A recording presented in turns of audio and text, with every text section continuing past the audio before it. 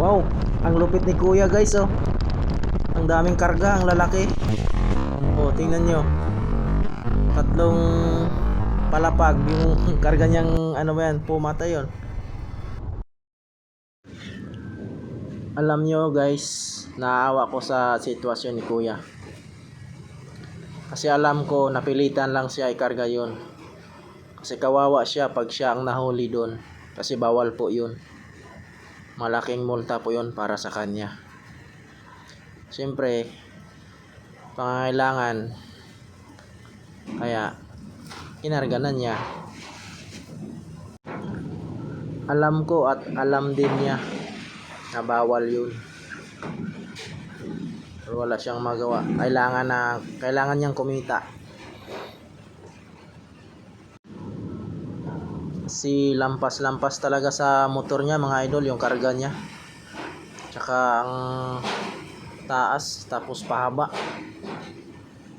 Kawawa si kuya pag nahuli siya.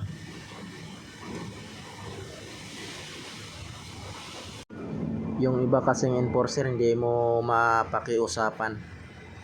Talagang tuluyan kanila pag ikaw ay nahuli. Kaya sana hindi mahuli si kuya.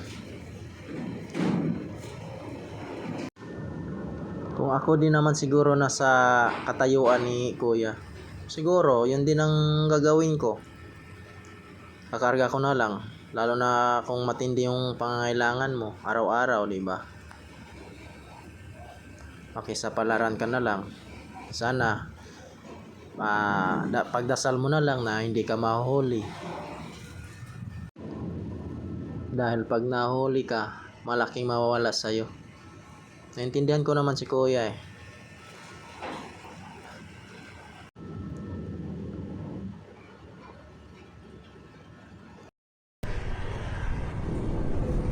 Shout out na lang kay Paps.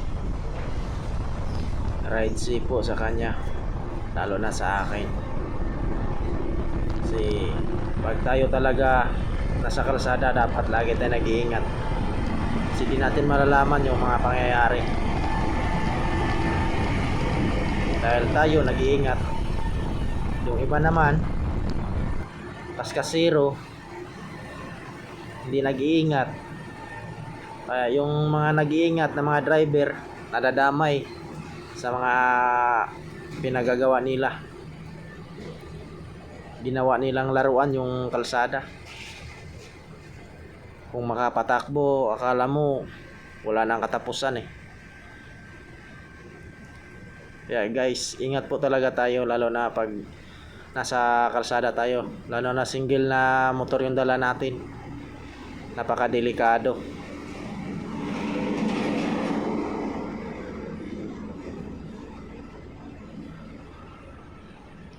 Okay mga idol, salamat sa inyong panonood sa aking video. Ingat po kayo